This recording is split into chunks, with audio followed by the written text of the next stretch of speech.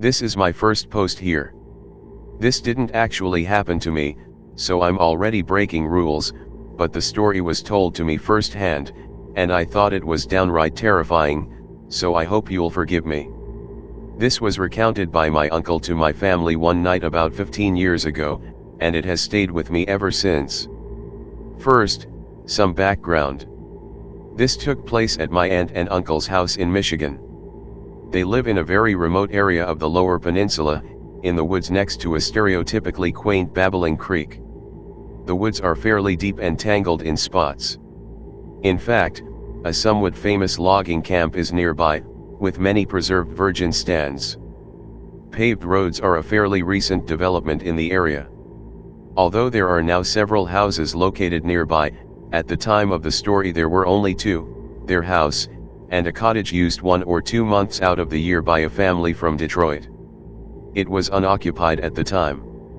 The nearest neighbors would have been the adjacent farmers, each about half a mile away. Well, maybe a quarter of a mile, but who's counting? It is beautiful country, and the nearest town is 20 miles away, and that itself is another 20 miles or so from any main thoroughfare. My aunt and uncle are very committed Christians, a fact I mention only because I think it is pertinent to the story. Finally, the requisite, so-and-so would never lie or make this sort of thing up statement. Honestly, my uncle is indeed a talker, and enjoys holding an audience. However, there is absolutely no doubt that he experienced what I am about to describe to you. He does not suffer liars nor the lies they tell, and he most certainly has expressed derision for the cautionary tale as a form of lesson teaching. All of this is important because this is, by all appearances, a cautionary tale if I've ever heard one. I was 21 when he told this story. The Sunday before this particular event, the sermon at the church my aunt and uncle attend had been about the danger of the occult. The minister admonished the congregation to stay away from everything even remotely occult in nature, because such dabbling could open the door to the demonic.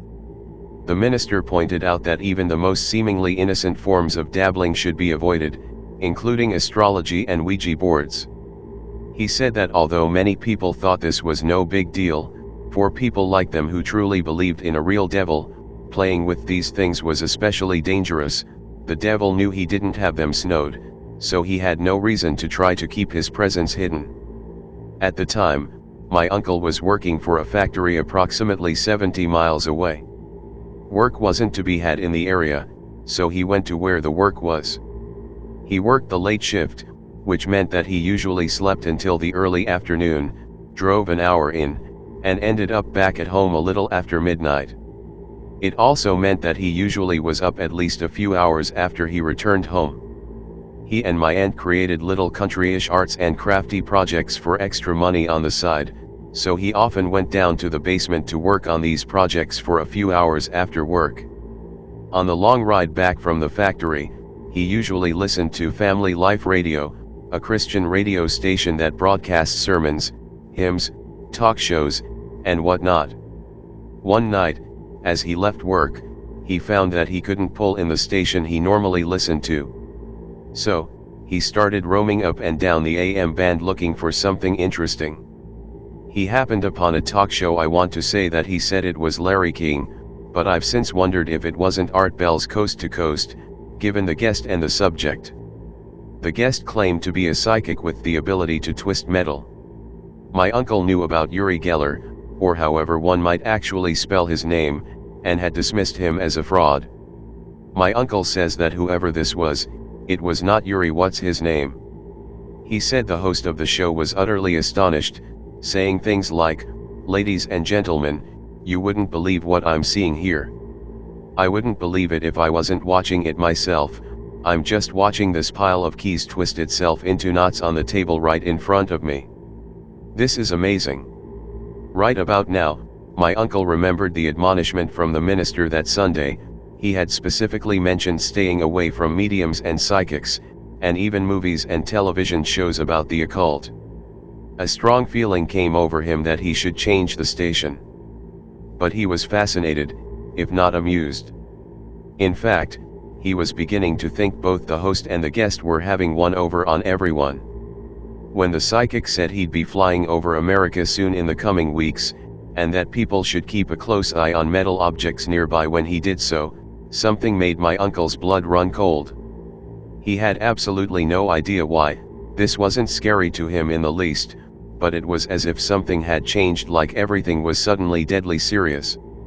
He said he felt like something had gone really, really wrong somewhere. At this, he changed the station. He had another 30 minutes or so to get home, and by this time he tuned into the local news station out of Detroit. He said things felt normal again by the time he crossed the old bridge over the creek on the road leading up to their long driveway.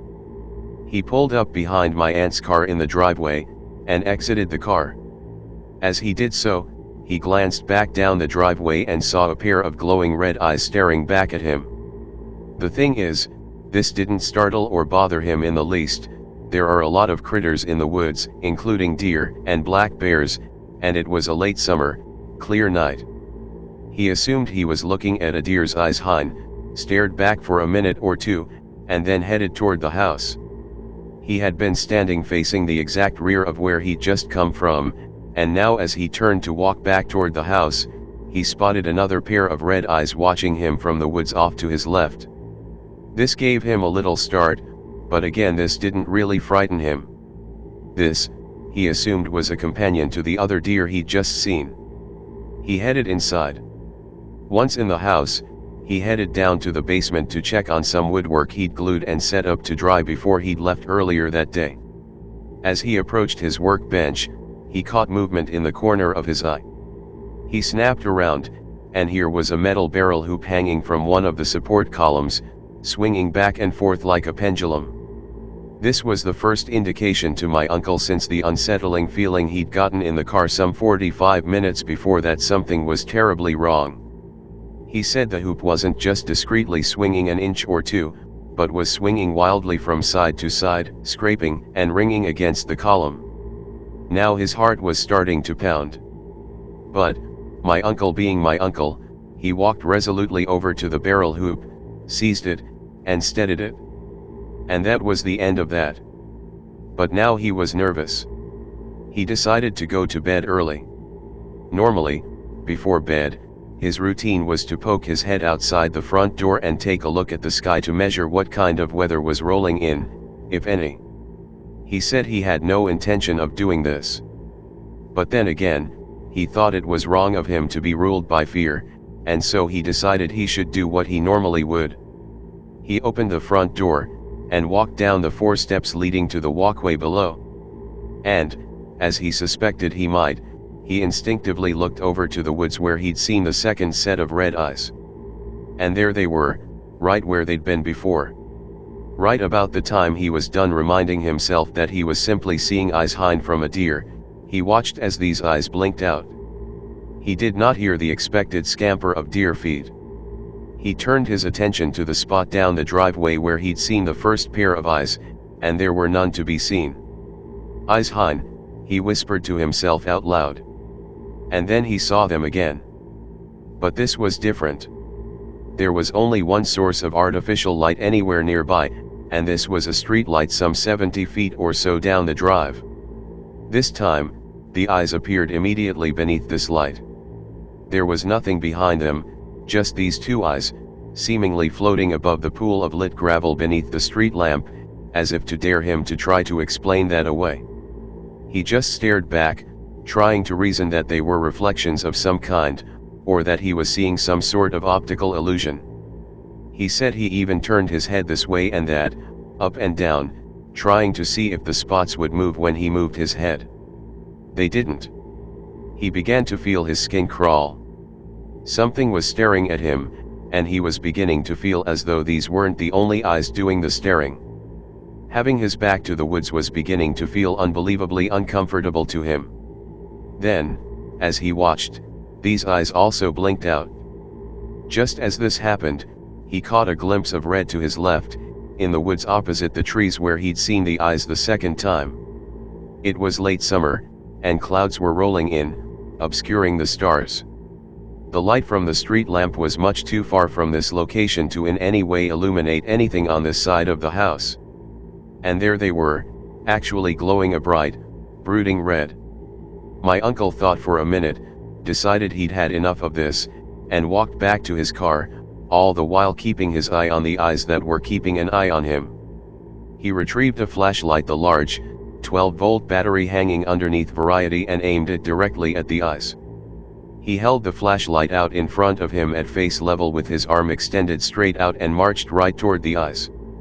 He said that as he approached, he could see the light shining around the eyes and into a void that seemed to be behind them, but the light wasn't shining on anything. The light clearly illuminated the trees around and behind the eyes, but not whatever the eyes were attached to. He said he was easily no more than 10 feet away when the eyes blinked noiselessly away. He didn't go any further, but now turned to beat a swift retreat back to the house. When he reached the steps leading up to the house again, he turned for a last look before shutting himself up in the house and locking the door behind him, a thing he'd never done before since living there. As he turned around to look at the spot where he just stood, there staring back at him were no less than a dozen sets of red, glowering eyes. He can't be certain, because he didn't bother counting. For a split second, he once again thought he must be looking at a collection of animals, bears, deer, or whatever. But then he said the strangest thought entered his mind, so spooky and off-putting that I quote him exactly, "These things know ancient languages." And as he thought this, he watched in true, utter terror as the eyes, the entire chorus of them pair by pair, ascended steadily and swiftly some 15 or 20 feet straight into the air. He said everything went kind of swimmy after that, but he did indeed lock the door behind him, and he proceeded to turn on every light in the house. When he entered the bedroom, my aunt was awake and cowering in the corner opposite the bedroom window. She asked him what was going on. He tried to convince her nothing was going on, but she wouldn't have any of it. They retrieved a Bible and began reading random verses and praying together. My uncle said that he prayed to God to stop him from seeing these things anymore. 15 minutes later or so, they said that it felt like someone removed a sheet of gauze from the lights in the house. The atmosphere felt almost day-like, and they were both suddenly quite tired. They went to bed and slept peacefully the rest of the night. My uncle remarked that they even turned all the lights out before going to bed. When they talked about it the next day, my aunt said she hadn't seen anything, but woke up suddenly and had the overwhelming urge to get away from the bedroom window. And that's that. As you can imagine, I didn't sleep very well that night. They never saw the eyes after that, and didn't experience anything spooky in or around their house, although 1 or 2 strange things have happened in nearby hunting cabins, but that's another story.